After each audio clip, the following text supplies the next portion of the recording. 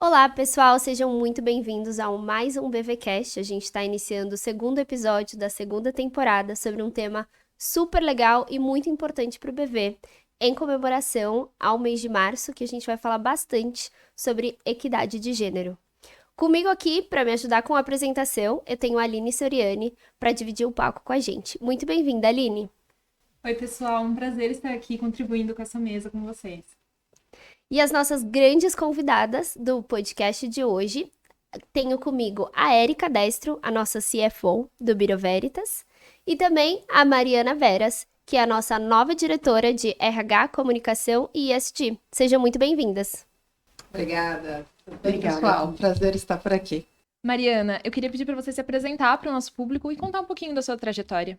Bom, eu sou economista de formação, trabalhei na área financeira há alguns anos, a FP&A, reporting, e dentro da área, né, era uma empresa de commodities, né, de café.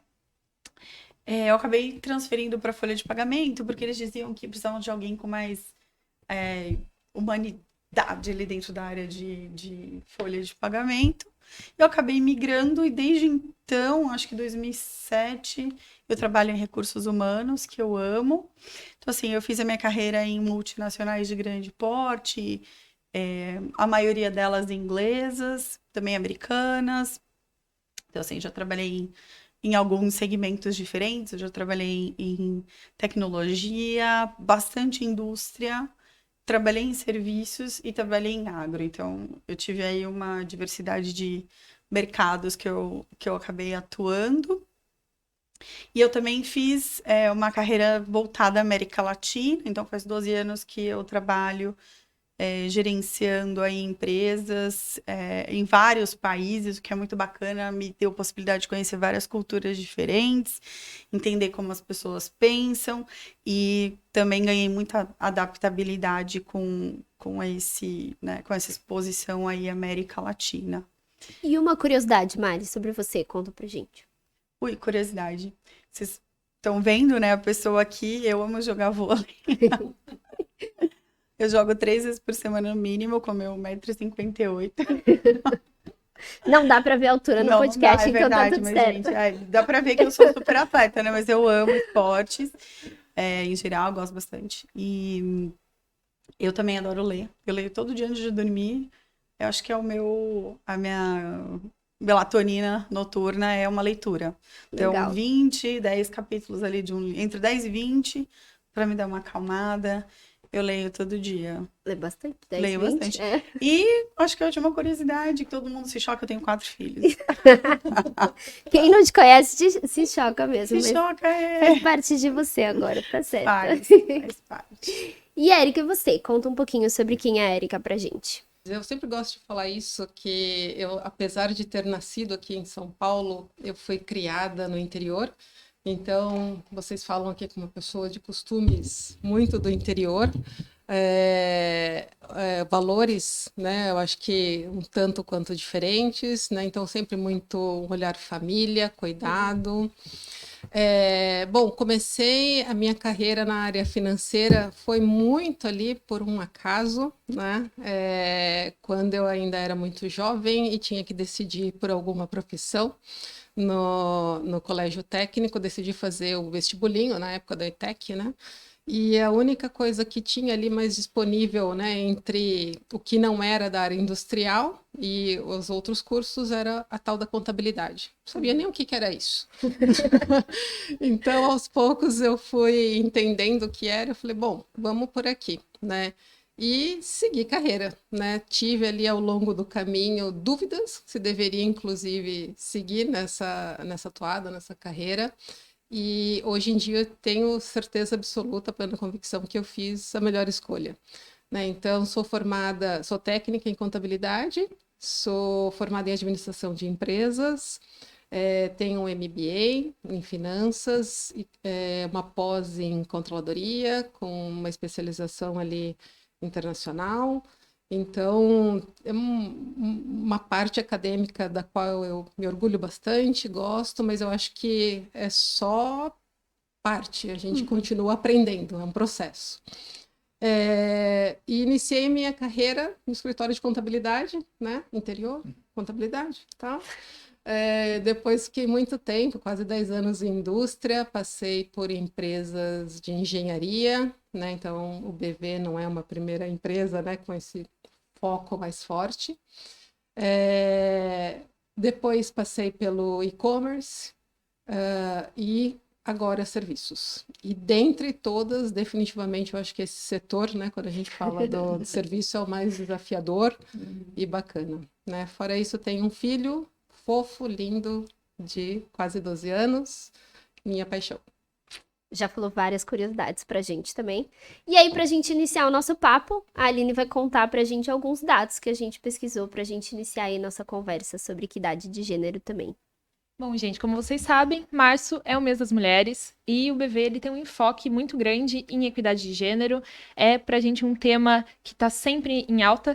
E para trazer alguns dados para embasar nossa conversa, eu vou trazer algumas pesquisas que foram feitas recentemente que mostram qual é o papel da mulher no mercado de trabalho atualmente. Segundo dados da Agência Brasil, a Pesquisa Nacional de Amostra de Domicílio, PNAD, de 2022, trouxe um dado que as mulheres dedicam, em média, 21,3 horas do seu dia semanais para afazeres domésticos e cuidados pessoais, enquanto os homens utilizam apenas 11,7 horas. Segundo uma matéria da Folha de São Paulo, também deste ano, no Brasil, a remuneração média dos homens no segundo quadrimestre foi 25% maior que a das mulheres. E, além disso, também ocupam mais cargos de gerência, são cerca de 60%, contra uma menor taxa de desemprego também relacionada a homens. Essa é uma realidade que mostra como há a sobrecarga do trabalho feminino. Além de trabalhar em casa, cuidando da sua família, elas também trabalham fora de casa. E tudo isso com responsabilidades cada vez maiores, porque o mundo está mudando, né? Segundo uma pesquisa da Universidade da Geórgia, 70% das executivas entrevistadas sentem uma fraude no trabalho. Essa síndrome, ela abala a confiança de 75% das mulheres no mercado e também, de acordo com outro estudo feito pela consultoria KPMG, 700 executivas entrevistadas, 56% temem que as pessoas ao seu redor não acreditem que elas são tão capazes quanto esperado. O que vocês acham desses dados? O que mais choca quando a gente fala sobre essas pesquisas que têm saído atualmente? Tem vários dados aí que são importantes, né? Eu acho que o primeiro deles, não sei se eu vou me lembrar de todos depois, mas eu acho que é importante a gente ressaltar aqui, foi literalmente aqui o tópico número 1 que você colocou, de horas dedicadas aos afazeres domésticos, e nisso eu acho que inclui, inclusive, cuidar de família e afins. Vejam que basicamente assim é o dobro, né, das horas dedicadas pelos homens, ainda que, óbvio, a gente tem realidades distintas dentro dos lares, existem homens que se dedicam muito aos afazeres, mas assim, ainda é gritante, né, de uma sociedade que age dessa maneira há muito tempo, né? Então é a mulher quem cuida, é a mulher quem olha os filhos, é a mulher quem preza pela casa. Então, você quebrar essa cultura é complicado, é difícil. Já é uma expectativa, né? Então, você sabe que eu vou entrar num casamento, eu já tô num casamento, assim, é uma expectativa da família que a mulher, inclusive, vai saber o que tem que fazer. Sim. E aí, Thames, tem até um tema, eu acho que um fato importante, né? Nós já nos moldamos a pensar assim. Sim. Então, muito provavelmente, né, quando a gente chega em casa, por mais que, não sei, Mari, né, na sua casa, se o seu marido tá ali, ele tá disponível, você já se coloca nesse lugar de, poxa, eu tenho que fazer tal coisa, eu tenho que cuidar da casa, eu tenho que olhar a tarefa do meu filho, eu tenho que... Então, por mais que, de repente, ele tá ali, ele já fez algumas coisas, mas você ainda se cobra disso, né? Então, é uma pressão no final do dia que a gente mesmo coloca, né, sobre nós. Sim. Então, é o chamado trabalho invisível da mulher, que é aquele Exato. que não é remunerado, que não é reconhecido pela sociedade, mas que todas nós fazemos, quer porque a gente quer ou porque nos impõe. Exatamente, exatamente. Então, eu acho que esse é um fator assim, interessante, porque no final das contas, nós já carregamos isso, né, desde sempre. E isso, de fato, causa ali um sobrepeso, causa um sobrepeso no sentido, né, justamente do estresse, Porque é exatamente. mais uma coisa que você tem que pensar no seu dia, mais... E eu acho que tem um outro porém ali, que às vezes o homem, ele tá disposto a fazer, mas ele nunca foi, desde pequeno, também ensinado a ocupar esse papel. Então, às vezes, você tem que falar pra ele o que que ele tem que fazer pra ele ter também e ocupar aquele espaço dentro, enfim, de um núcleo familiar. E esse é um encargo ainda maior para a mulher, porque além dela fazer, ela ainda tem que pedir para alguém fazer. E Exato. pedir para fazer já é metade do trabalho. Agora você chegou num ponto interessante. Eu acho que é um processo de mudança de cultura que tem que partir também da mulher. Eu Sim. costumo dizer isso. Meu marido não me ajuda. Ele divide comigo. Eu viajo, eu trabalho. Ele também trabalha. Então, na minha casa, no sentido de vamos dividir. Você faz isso, eu faço aquilo. Sim. Claro, eu ainda tenho que falar, vamos dividir. Mas a gente, como mulher, tem que mudar essa cultura, né? A gente tem que se empoderar e se for mãe de menino, criar aí um menino bacana para o futuro. Ajudar a sociedade. A gente ainda tem que trabalhar nessa mudança de cultura errada que a gente tem para diminuir esse peso e essa carga enorme. Eu vou dar um exemplo rapidinho porque eu acho muito legal. Meu filho de 14 anos, eu fui numa padaria com ele e eu fui ao banheiro e saí. Aí ele falou assim: mãe, por que o banheiro feminino tem o fraldário e o masculino não? Ele já é diferente. Ele diz, pô, já tá faltando fralda, porque o pai não troca o filho? Por que o fraldário tá no banheiro feminino? Então, assim, eu vejo uma luz no fim do túnel. Esse tipo de atividade que a gente está fazendo aqui também ajuda em conscientização. Sim, sem dúvida. Até a palavra que você falou, a gente geralmente usa, né? De tipo, ai, meu marido me ajuda em casa. Se ele tá te ajudando, até implica que é uma tarefa sua que ele tá te ajudando naquele momento. Então, eu acho muito legal a gente falar de divisão, realmente, que todo mundo ali tem seu papel. Qual desses outros dados, assim, chamou bastante atenção de vocês? Bom, eu vou falar de um dado que, assim, eu acabei vendo uma pesquisa, inclusive, recente sobre isso, do MIT, muito interessante, que é a mulher ter a síndrome de impostora, né? No dado dizia assim, um homem, para ele aplicar para uma vaga, ele tem que ter 30% mínimo de requisito cumprido dentro do que a vaga pede. A mulher só aplica se ela tiver 70% mínimo do que a vaga aplica. A mulher, ela tem insegurança ainda, ela tem essa síndrome de impostora. Será que eu consigo? Será que eu posso ser uma diretora? Será que eu posso ser uma gerente? Será que eu vou dar conta de tudo isso que está à minha volta? Então, esse dado me chama a atenção. Acho que as mulheres precisam de um pouco de confiança. Sim, você consegue? Tenta. Bom, não tenho 70, eu tenho 50. Vou tentar. Tenho 40. Por que não tentar? Se o meu amigo aqui, eu já sei que ele tenta com 30. Vamos lá, eu tenho 40, eu vou tentar. Então, é um pouquinho de confiança. Então, esse dado me chamou um pouco a atenção. Acho que vale a pena ser comentado. Pensando em RH, no meu caso, carreira, eu acho muito importante. Vocês já sentiram em algum momento da vida de vocês que vocês não estavam conseguindo ir para um próximo passo ou alguma coisa porque vocês estavam com essa síndrome? Eu acho que tem muito da questão do perfeccionismo dentro do mundo feminino. A gente se cobra o tempo inteiro, né? E muitas vezes, dentro dessa esfera de um mundo mais masculino, talvez, a gente se questiona assim, né? Será que eu vou dar conta? Será que se eu assumir novos papéis e novas responsabilidades, eu ainda vou ter tempo de um dia me dedicar a uma família, ter filhos? Será que eu consigo estar no meio masculino e responder no mesmo patamar? E a resposta é sim, sim. E eu acho que definitivamente hoje, né, depois de alguma experiência, eu acho que hoje é muito claro isso, independe de gênero, né? Eu acho que depende literalmente de confiança, de estar preparado, de talento, de querer, de se dedicar, de ter disciplina. Então, não importa se eu sou homem ou sou mulher, né? Mas isso é um treino, isso é algo que a gente tem que parar e observar. Isso é algo que a gente tem que Literalmente, nós temos que nos libertar disso. Né? Então, já passei por isso sim, quando eu ainda era coordenadora, e aí surgiu uma oportunidade para ser promovida a gerente. Eu fiquei assim, em choque, porque eu falei, e agora? O que eu vou fazer, né? Será que eu consigo, que eu dou conta?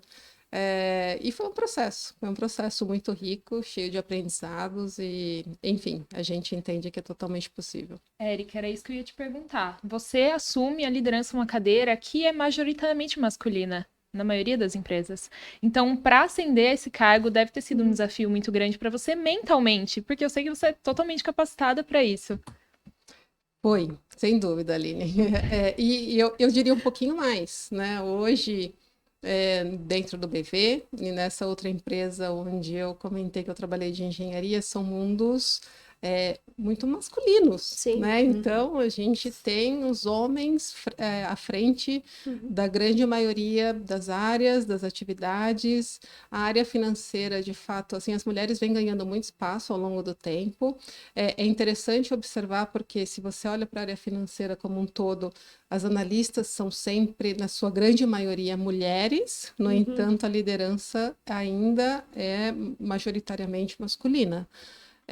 No entanto, as mulheres vêm ganhando esse espaço. Então, para mim, não foi diferente. Primeiro, assumir essa liderança da área financeira. Então, a gente tem sim que ganhar esse espaço, mas eu acho que esse espaço, muitas vezes, a gente ganha através de respeito, através de dedicação, do trabalho, da disciplina, do que precisa ser falado, e não importa você ter uma voz mais grossa, falar mais alto, não precisa, né? Eu acho que isso é respeito e você ganha ao longo, né, da sua carreira.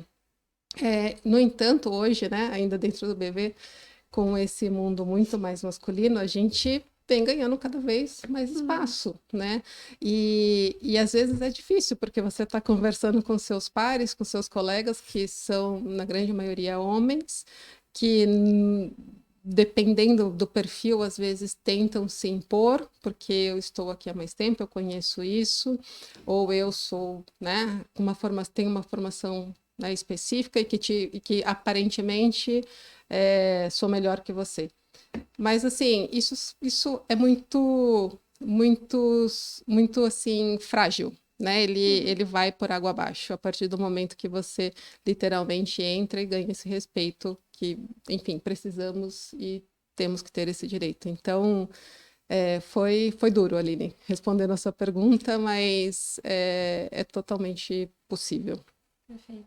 Mariana, conta um pouquinho para mim. A área do RH, a gente sabe que majoritariamente feminina e é um reflexo diferente, principalmente nas faculdades, a gente vê que quem presta recursos humanos normalmente são mulheres, mas também em cargos de gerência e diretoria é comum termos homens à frente. A Erika estava contando o caso dela e assim, vem um filmezinho na cabeça, né? Porque todo mundo vivencia algo parecido.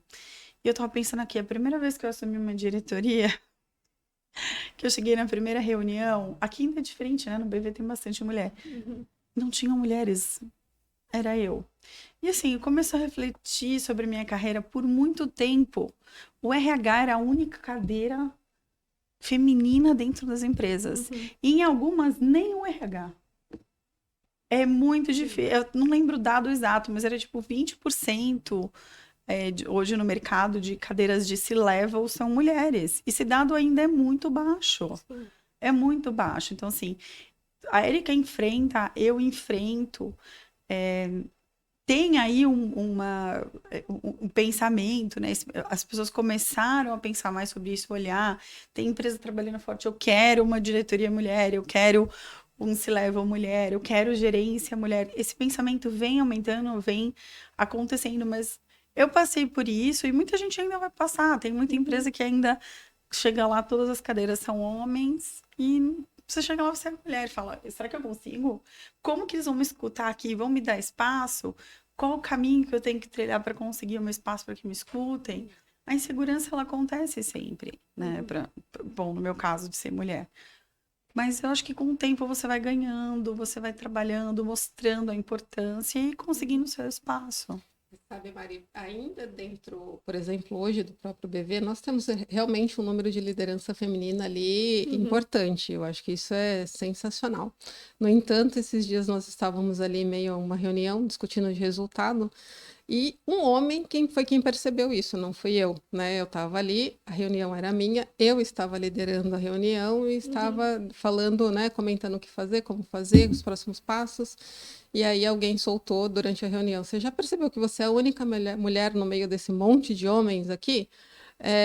Eu falei: olha, eu não tinha percebido, isso pouco importa para mim, né? Porque eu estou aqui fazendo o meu trabalho, então não é porque eu sou mulher, você melhor ou pior, ou enfim. Mas ainda é uma realidade muito forte, né? E aí que eu me dei conta, nós estávamos numa sala, acho que tínhamos mais de 20 pessoas ali, e de fato eu era a única mulher dentro dessa reunião. Então, ainda estou comentando isso só para ressaltar que ainda somos a minoria, né? Ainda que em algumas empresas, algumas localidades, esse número seja mais expressivo da participação feminina, ainda somos a minoria. Eu acho que, assim, dois pontos muito importantes que vocês colocaram. No BV, a gente realmente tem um privilégio de ter muitas diretoras. A gente até estava brincando que esse mês de março a gente quer usar muito vocês para expor vocês, expor a carreira de vocês, para vocês serem exemplos para mulheres que estão começando ou que estão dentro do mercado. E no BV hoje é fácil fazer isso porque a gente tem muitas mulheres na diretoria, na nossa liderança, o que ajuda muito. Mas acho que uma das coisas que vocês estavam comentando, e é uma palavra que vem na minha cabeça, é sobre equidade. É muito sobre, não deveria importar se você é um homem ou uma mulher que está lá. O importante é que seja uma pessoa competente. Acho que muito se fala também sobre abrir e conscientizar para a gente ter esses caminhos e conseguir mostrar que a diversidade, nesse caso, ela é muito benéfica, independente de qual seja o segmento ou mercado que você vai seguir. Mas, assim, o quanto, quando a gente fala sobre equidade, é importante. Essa palavrinha aí é muito chave. Às vezes não é nem só sobre igualdade, é mais sobre equidade.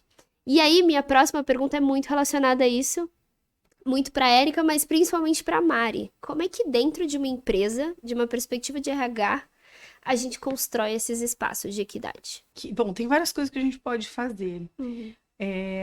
Eu acho que a palavra é igualdade. O que o RH vem fazendo hoje? Eu tenho, por exemplo, um processo seletivo de uma vaga de supervisor. Eu posso pedir que esse processo seja 50% homem, 50% mulher.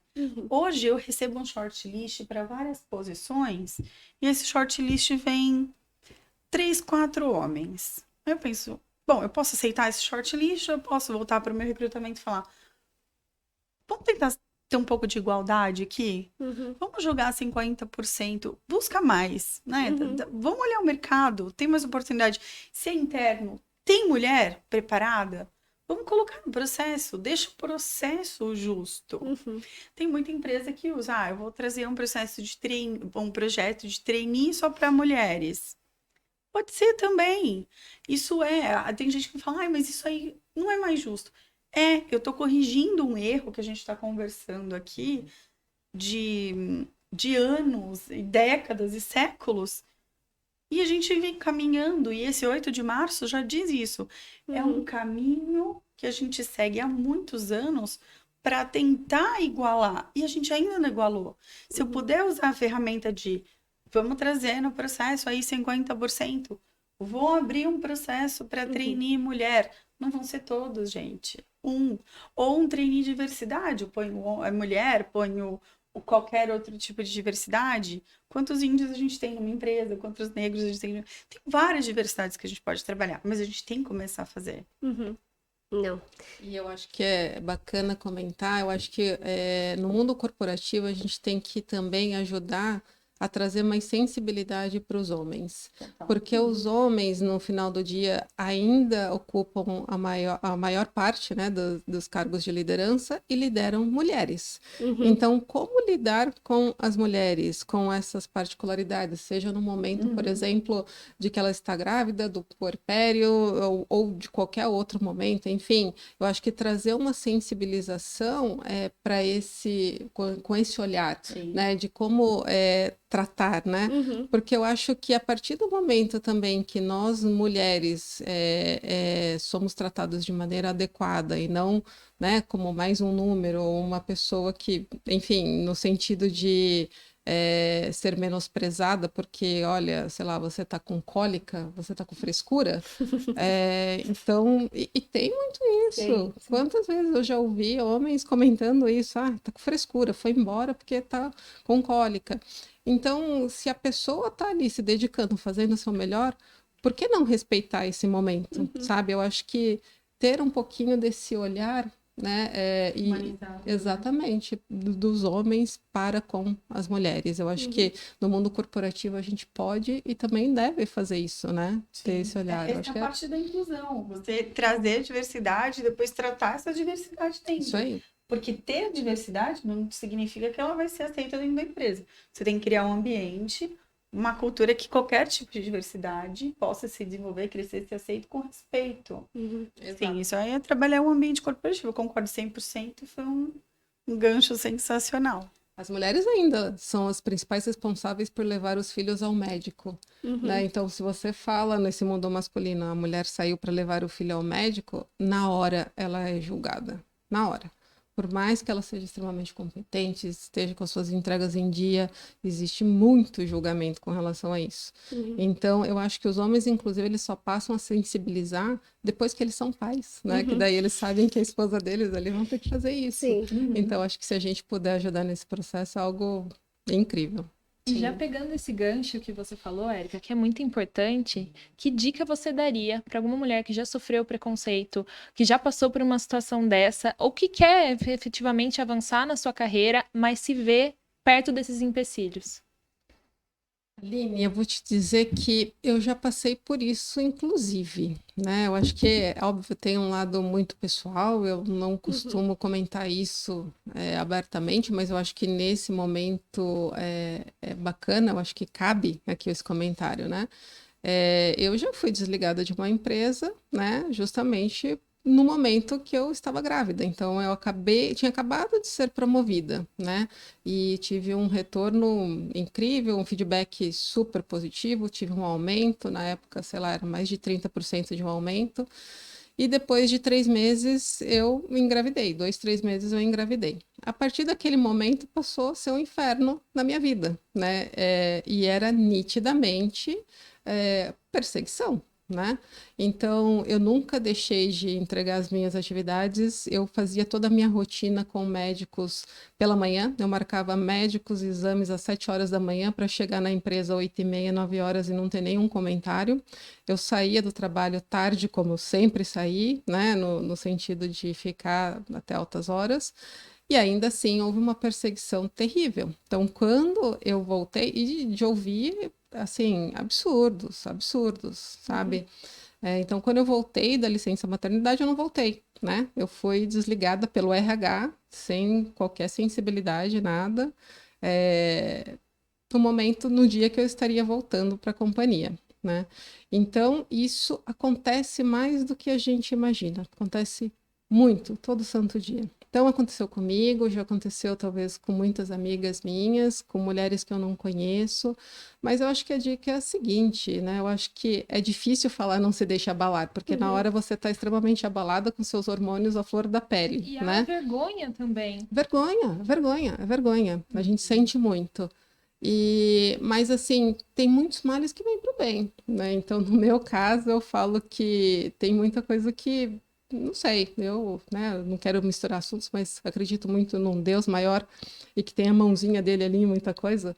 E aí eu não estava procurando emprego na época, porque, enfim, né, estava nesse momento. E me apareceu uma oportunidade, inclusive, melhor do que eu tinha, né? Então, não apenas em termos de cargos, mas salário, benefícios, né, remuneração no geral. Então, tem coisas que acontecem, né? Então, poderia, óbvio, não ter acontecido nessas condições, mas isso não me fez menor, isso não me fez menos profissional, né? Menos preparada. Pelo contrário, né? Eu acho que nós temos sim que usar dessa habilidade, inclusive de mulheres, de mães, e depois que a gente é mãe, a gente descobre que a gente pode fazer muita coisa, a gente tem uma força assim incrível, né? Então, é usar dessa habilidade que a gente tem, né, com os nossos filhos dentro da nossa casa para o nosso lado profissional, né? Então, é tentar não se deixar abalar, vai acontecer, mas é literalmente levantar a cabeça e vamos adiante. Não acabou ali, não. Aquilo ali foi só uma página e vamos embora. Né? Aprendendo aí. E acho que vale a pena a gente frisar do nosso projeto Mundo Mãe, fazendo marketing interno aqui também, porque eu acho que foi uma das coisas que eu mais gostei aqui quando eu vi, justamente por isso. Uma empresa que acolhe, que acompanha uma mamãe na sua jornada, que quando ela volta, gestor, a mamãe vai voltar, acompanha, a empresa acompanha, o RH acompanha. Eu achei isso sensacional. E eu acho que mais empresas deveriam pegar o Mundo Mãe, abraçar e gerar essa consciência, né, nos gestores, nos líderes, que é importante. Quantas vezes eu, como RH, já escutei: não quero mulher no processo, mulher engravida. O mundo mudou. Tem mulher que não quer casar, tem mulher que não quer ter filho, tem mulher que quer conhecer o mundo. Eu acho que cada um é feliz do jeito que quer. Mas tem mulheres que querem ter filhos. E elas são muito boas. E podem seguir a carreira, podem se dedicar. E esse projeto é lindo. Esse projeto é lindo porque é exatamente a empresa dizendo: você pode vir. Você pode vir. Eu conheci uma moça aí no grupo recente que entrou e me encontrou no corredor, né? E falou assim: quando eu vi a vaga dizendo que aceitava mãe com filho pequeno, eu tava sem saída na minha vida. E aí, como que uma mãe com um bebê de 3 meses vai arrumar emprego? E aí eu ganhei a oportunidade do bebê. Gente, eu ganhei o dia naquele dia. Ela é da minha equipe e ela tá feliz. Programa muito bonito mesmo, acho que vocês tiveram muita sensibilidade, né? Vocês, eu digo RH, mas claro, eu acho que isso também se estende às demais áreas ali. Mas nós tivemos 2 exemplos dentro da nossa área, né? Da parte financeira, de promoção, né? De uma colaboradora que, enfim, estava para sair ali de licença maternidade, e ela foi promovida, né? Então, alguns, talvez 2 meses antes dessa licença. E ela ficou extremamente surpresa, né? Então, qual que é exatamente, assim, a mensagem que a gente está passando? Não importa que você vai sair temporariamente, daqui a pouco você volta e você vai continuar trilhando a sua história e construindo isso conosco, né? E recentemente também uma colaboradora que nós recrutamos de fora, e ela tá com um bebezinho novinho também. Ela falou: nossa, minha expectativa aqui era nenhuma, porque eu achei que eu não fosse encontrar emprego com um filhinho, né? E a gente sabe que as pessoas, por mais que recebam orientações de não perguntarem sobre essa questão, nós somos perguntadas disso. Você já tem filho? E aí eles já querem associar se você ainda está numa idade reprodutiva ou não. Ao seu filho fica com quem? E o seu filho, quando ele fica doente, quem cuida? E quem pega ele na escola? Eu já ouvi isso várias vezes. Isso né? é uma mudança de paradigma. Para minha geração, a maternidade e o mercado de trabalho, ela é um fantasma. Porque a gente entrava no mercado de trabalho já pensando: vamos fazer essa pergunta? Sim. Mas olha, isso mudou, tá? Faz uns 4 anos, as empresas começaram a não perguntar de vida pessoal das pessoas. E eu acho que isso cada vez vai aumentar mais. Isso vem da Europa. A lei lá do LGPD deles, esqueci o nome. GPDR. Não permite. Então, as coisas vieram mudando e as empresas vão trazendo a cultura para cá.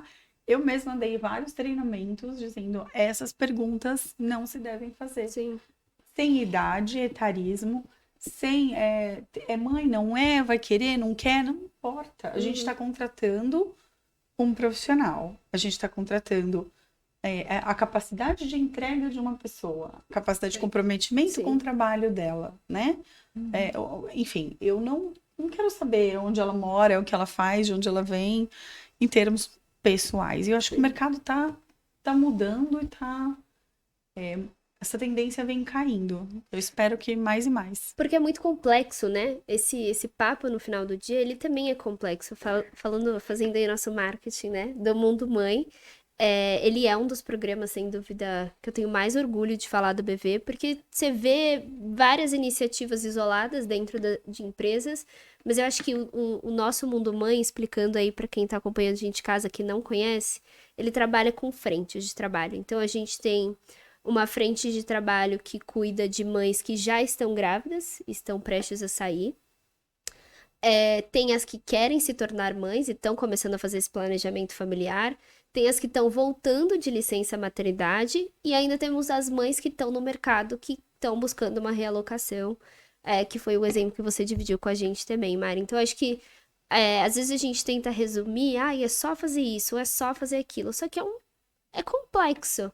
E eu acho que é ser humano no aspecto de você falar que cada maternidade também é única. Cada mulher é única. O jeito de se relacionar com isso também é completamente diferente. Eu escuto, assim, da nossa geração, né? Eu e a Aline, a gente ainda não é mãe. Não sei se a gente vai ser um dia, então, também. Mas da minha pouca experiência aí do mercado comparado com vocês, eu vim de que a gente não podia comentar também sobre isso, e que você via poucas diretoras ou poucas pessoas em espaços de liderança que eram mães ou que saíam para ter filhos e depois voltavam para o mesmo espaço. E hoje eu já vejo muito mais. A gente tem, inclusive, exemplos dentro do BV, mulheres que são diretoras, que saíram, foram para licença maternidade, voltaram e, assim, tiveram todo o apoio necessário. Então, eu acho legal a gente falar isso também e comentar no Dia das Mães, no Dia das Mulheres, porque a maternidade é um passo na vida de uma mulher, pode ser um passo dentro da vida de uma mulher, e é algo que tem um impacto na carreira. A gente não tem como falar se é positivo ou negativo, mas é algo que tem um impacto. E aí eu queria perguntar pra vocês, né, assim, a gente já comentando aí um pouquinho da experiência de vocês. Do quanto a Erika dividiu aí experiências super pessoais, do quanto impactou ela no futuro, mas como é que impacta isso no dia a dia de vocês também, no relacionamento que vocês até escutam de outras mulheres, como é que maternidade e carreira acabam se cruzando aí no dia a dia? Eu vou comentar não como um impacto, mas como uma pausa. Eu gosto de usar a palavra pausa.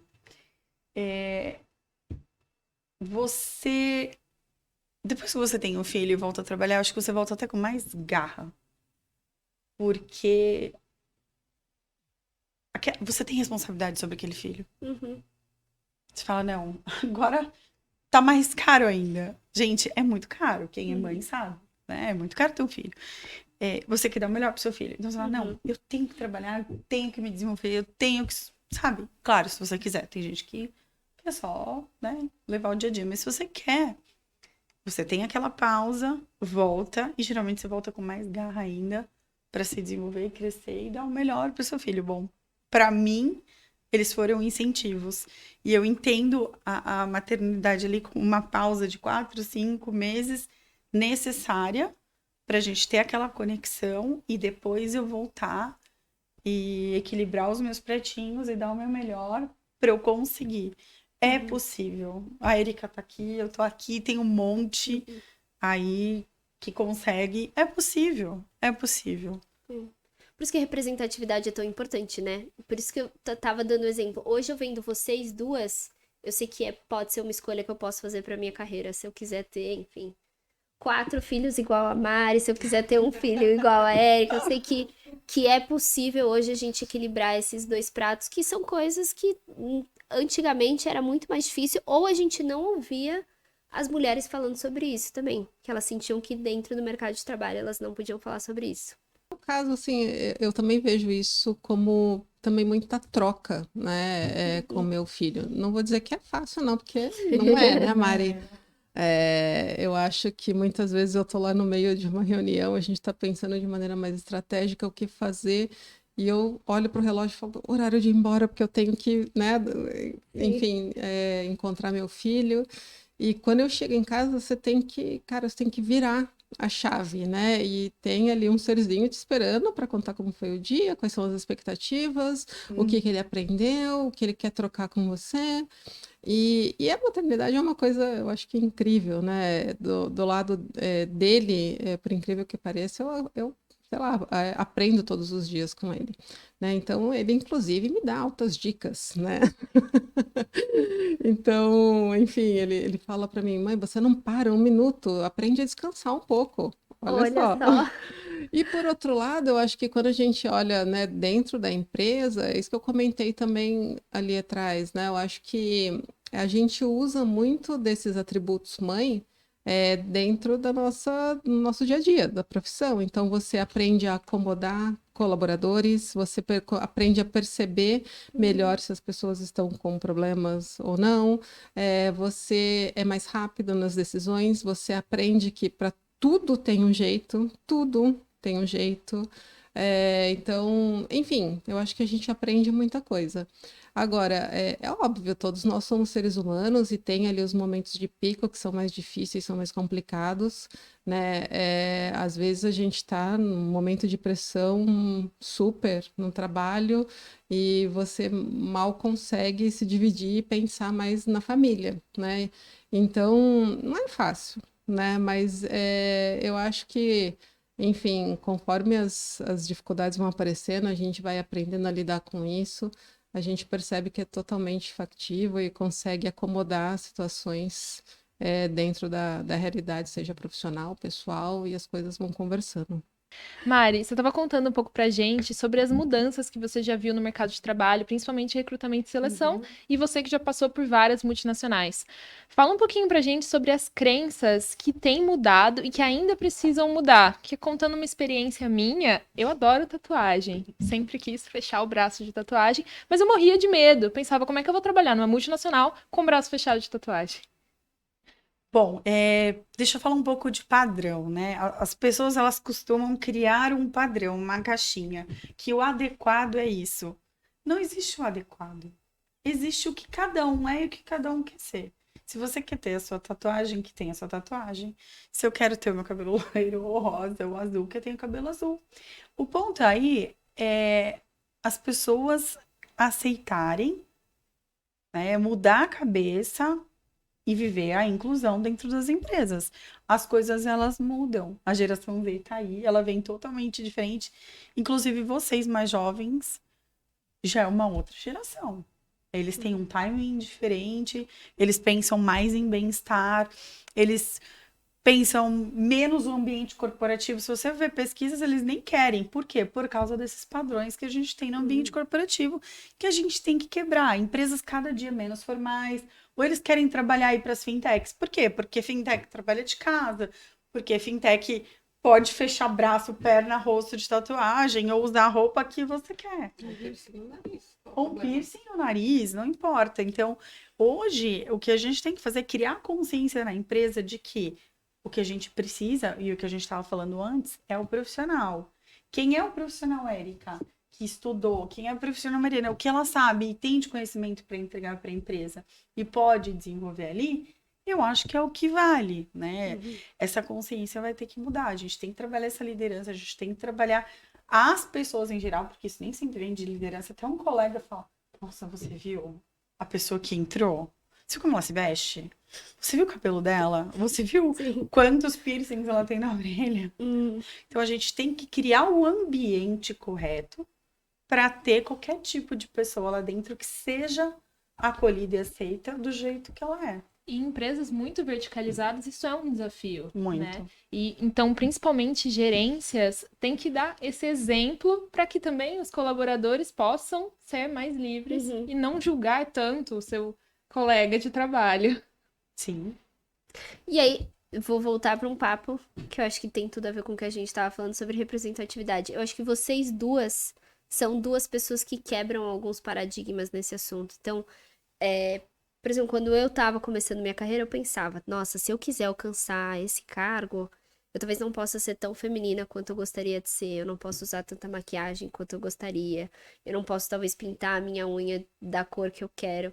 E eu acho que ser mulher e a gente ter mulheres na liderança que mostrem isso ajuda muito. Eu lembro que várias vezes eu até brinco no escritório que dia de gravação eu não preciso nem avisar a Érica, porque a Érica tá sempre linda, arrumada, de batom, de unha feita. Então, assim, o quanto vocês também são exemplos e vocês não deixam a feminilidade de vocês de lado, vocês não deixam quem vocês são de lado. Então, contem pra gente também se isso foi difícil, se isso sempre foi fácil, como é que foi isso ao longo da carreira de vocês? Bom, para mim, eu sempre prezei muito por uma questão de apresentação, e isso não significa que eu tenho que ter um padrão X, Y, Z, não é isso. Eu acho que sim, é importante a gente estar bem com a gente mesmo, né? Agora, o que eu sempre prestei muita atenção é o seguinte, era justamente esse o contexto, né? Eu sou mulher, eu ainda sou a minoria e, infelizmente, ainda me julgam por qualquer coisa. Então, e que bom que hoje eu estou do outro lado, porque eu ajudo nessa voz, Sim. né, contrária. Então, eu sempre tomei muito cuidado, principalmente com o tipo de roupa que eu vou usar, se eu vou, de certa maneira, despertar atenção, e aí eu posso despertar atenção para o bem ou para o mal, porque, de repente, pode ter ali algum ensejo, né, sexual, de querer dar alguma oportunidade, porque, enfim, por uma interpretação equivocada. Então, eu sempre tomei muito cuidado, né? Principalmente, né, com roupas, evitando decotes, evitando roupas curtas, esse tipo de coisa. No entanto, para mim é muito claro, a roupa, ou a tatuagem, ou o piercing, ou a cor do cabelo não define uma pessoa, né? Isso para mim, pouco importa. Então, hoje eu me vejo muito no dever, sabe? O chapéu ali de vamos abrir literalmente a mente para isso, vamos quebrar um pouco sabe, esse olhar, esse paradigma, né, de que a aparência importa mais que o talento, né? Porque isso não é uma verdade, né? Agora, outra vez, é um processo, né? Então, eu acho que nós que estamos hoje na liderança temos muito esse papel, a gente tem que permitir que as pessoas sejam elas mesmas. Se a gente entende que alguma questão está inadequada, e aí, enfim, seja ela qual for, como líderes, a gente tem que conversar com muito respeito, né? Mas tem que ter esse olhar, sim, né? E é o que eu comentei, eu acho que, enfim, o fato de usar um esmalte vermelho, né? Um batom vermelho, adoro batom vermelho, não me deixa mais frágil frente aos homens, pelo contrário, né? Mas eu vou te falar que isso foi tabu pra mim. Eu amo vestido, bom, vocês já sabem, eu tô sempre com um vestidinho diferente. Mas eu parei de usar vestido por anos. Eu só usava terno. Só usava terno ou camisa social. E aí, um dia, eu comecei a perceber que eu tava tentando me adaptar a um meio masculino. Mas não era eu. Eu falava, não, se eu usar vestido aqui, eu já sou a única mulher, eu vou ficar parecendo frágil. E então, eu usava um terno. E aí, eu me libertei. Eu falei, não, eu tenho que usar o que eu quero. Porque eles têm que me respeitar pelo que eu sou e pelo que eu sei. E eu mudei. Hoje eu uso meus vestidos, eu sou feliz com saia, com vestido, eu uso o que eu quiser, do jeito que eu quero. Sempre, claro, eu me preocupo com a imagem, como a Erika falou, eu sou ali a representante de muita gente. Sim. Então eu tenho, claro, que me preocupar com a imagem, mas eu posso ser quem eu quero ser. Eu posso usar o que eu quero hoje. Eu me libertei. Eu acho legal as pessoas se libertarem desses padrões. É interessante isso que você falou, Mari, porque quanto mais a gente tenta se enquadrar em padrões masculinos, mais distante a gente fica de conseguir o que a gente está buscando no mercado de trabalho. Embora usar vestido. É brincadeira. Eu acredito muito na liberdade do que você quer, do que te faz feliz. Então é isso. Use o que te faz feliz, dentro do, claro, né, do respeitável. E seja como você quer dentro do respeitável, que te faça feliz. A mulher, ela é livre, gente. E o que fez você ter esse clique que você falou? Que você falou, não, eu... É percepção mesmo. Eu ia olhar e falar, não, vou usar esse vestido. Não, não vou, porque é melhor eu usar um terno. Aí teve um dia que eu falei, não, pera, Por que por não? quê? Não vou com o meu vestido. E comecei a usar. Depois eu ganhei uma colega de HS e eu também percebi esse padrão nela. Comecei a conversar com ela. Falei, gente, você viu que é um padrão? Ela, vi, vamos libertar. E a gente começou e é isso. Hoje eu uso o que eu quero, seja feminino, colorido ou não. Enfim, acordei naquele dia. É o all black, porque aquele dia eu quero aquilo. Ou pode ser um terno. Hoje eu tô livre. Então, hoje eu posso usar meu vestido em paz, que eu não tenho que pertencer e ser como aquele ambiente. Eu tenho que ser a profissional naquele ambiente. Isso é muito legal. E aí você fez um comentário que eu acho que no final do dia, para mulheres, faz muita diferença. Você conseguiu mudar ali porque você viu uma outra colega e vocês fizeram essa mudança juntos. E eu acho que mais mulheres, assim, quando a gente fala sobre ter uma comunidade, sobre ter pessoas em que se inspirarem, sobre ter pessoas que vão te apoiar durante essa mudança, faz muita diferença. Fortalece. E aí eu queria que vocês contassem um pouquinho da rede de apoio de vocês, como é que ajudaram vocês ao longo da carreira, para vocês estarem onde vocês estão hoje. Olha, essa história da rede de apoio é extremamente importante, né? No entanto, não somos todas, né, que temos ali essa rede de maneira fácil, né? Então, no meu caso especificamente, como eu comentei, eu fui criada, né, no interior e voltei aqui para São Paulo já próximo dos meus 26, 27 anos. E os meus pais continuam no interior, né? Então, o pai do meu filho, né, a família toda dele é do interior também, né, de outra cidade, não é a mesma cidade. Então, quando o meu filho nasceu, nós estávamos isolados aqui em São Paulo, né? Por mais que sejam cidades relativamente próximas à capital, era zero família, né, como rede de apoio. Então, no meu caso, assim, eu falo que agradeço todos os dias, e coincidentemente você me fez essa pergunta agora, e essa semana mesmo passada eu estava pensando, né? Eu tive um anjo que trabalhou comigo durante 7, 8 anos, e definitivamente um anjo, isso que faz muita diferença na vida da gente, né? Então, foi uma pessoa que me apoiou muito em todos os momentos, né? Cuidava do meu filho, isso me dava muita paz para eu poder sair, trabalhar, entregar o que era necessário. Então sempre existiu muita parceria, né? E isso é uma coisa que eu prezo bastante, são parcerias. E óbvio, ela tinha ali a remuneração dela, a compensação dela, mas existia essa troca entre nós. Então, ela nunca me deixou na mão, né? Ela sempre foi tratada como uma pessoa da casa, enfim, né? Tinha ali alguns privilégios e afins, e tudo bem. Então, isso é muito importante, principalmente para a mulher que tem filhos, que deixa os filhos, né, de alguma maneira no lar. Depois aqui da pandemia, eu acho que isso, não vou dizer que facilitou, mas ficou um pouquinho diferente, né? Eu não vou ousar dizer que facilitou, porque não facilitou, porque aí nós estávamos ali o tempo inteiro dividindo a rotina, inclusive com as crianças e com filhos e trabalho. No entanto, a gente se adaptou muito mais a esse modelo, a gente conseguiu encaixar as coisas melhores, né? Sem aquela pressão de preciso estar no escritório o tempo todo, senão o que vão achar de mim, né? De novo, o que vão falar? Então, a gente meio que se adaptou melhor. Mas assim, é de extrema importância, né? As fases em que eu não tive esse apoio, infelizmente essa pessoa hoje não está mais comigo, mas as fases que eu não tive esse apoio, eu acho que assim, foi ali onde eu mais fiquei enrijecida, sabe? Era mais complicado para mim. Bom, no meu caso, acho que diferente da Érica, eu tive muita, muita rede de apoio. Minha família é gigante, muito unida. Eu tenho tias maravilhosas. Minhas irmãs no início me ajudaram muito, elas ainda eram novas, né, na época de estudo. E eu também tive uma pessoa durante acho que 8 anos que é a esposa de um primo, que ficou comigo muito tempo. Que eu também viajava em paz, saía em paz.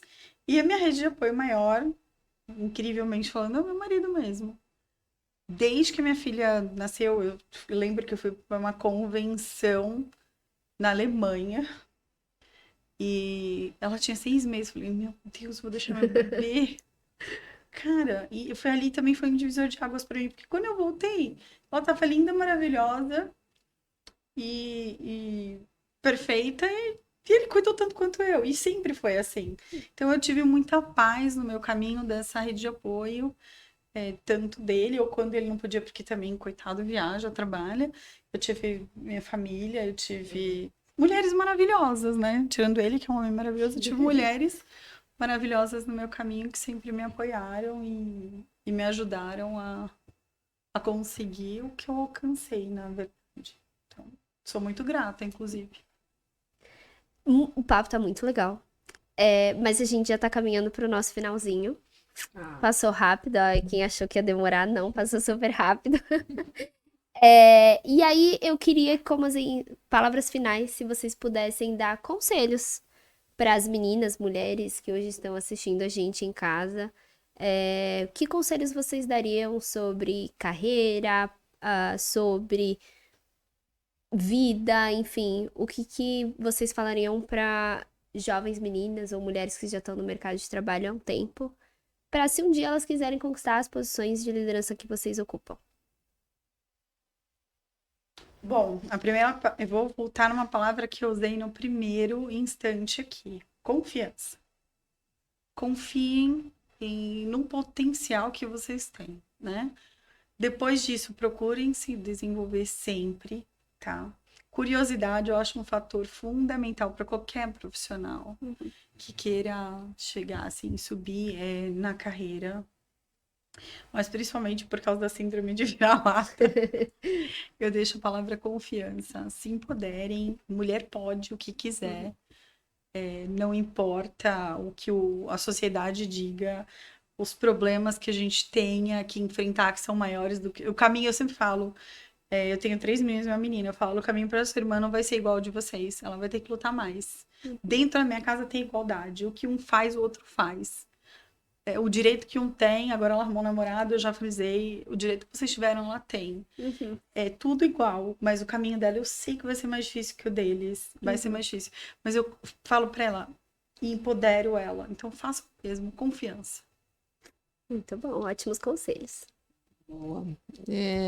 Bom, eu diria o seguinte, né? A gente está falando aqui de um mês especial das mulheres, né? Dia das Mulheres. Eu acho que o primeiro conselho que eu daria, né? Parece até, enfim, contraditório, mas assim, esqueçam essa história, né? Ignorem essa história, né?